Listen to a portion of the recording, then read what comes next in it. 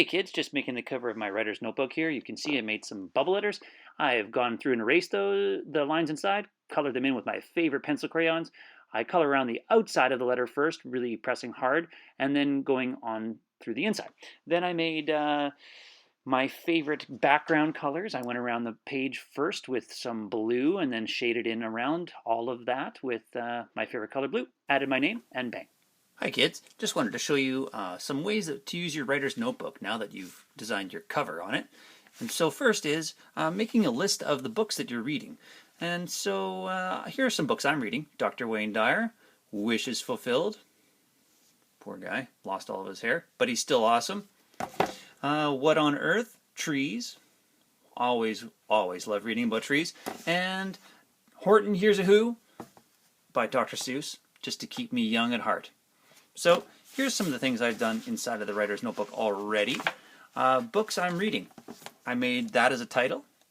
I put the date at the top, which is today, Friday, March 27th. And I made this a title, so it was a bit bigger than all of the other writing around it. And I put a colon at the end. And then the first one I added was Wishes Fulfilled. And I put the title first and the author on a separate line. So here you go. Feel free to do the same. And of course, What on Earth? Trees. This one had two authors, Kevin Warwick and Pal Morgan, and Horton Hears a Who by the one and only Dr. Seuss. So those three are the ones I added right here. 1, 2, 3. Underneath that, I went into my books, and after reading them, I put some quotes that I like.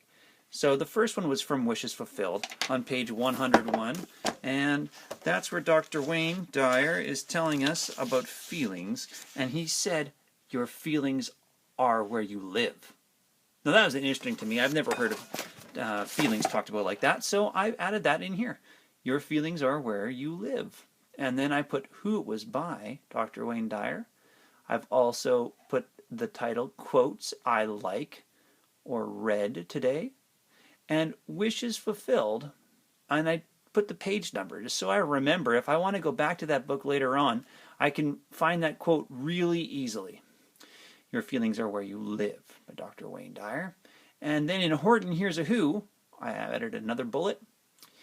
This one sounded like a lot like poetry, so I really enjoy Dr. Seuss when he's writing that way.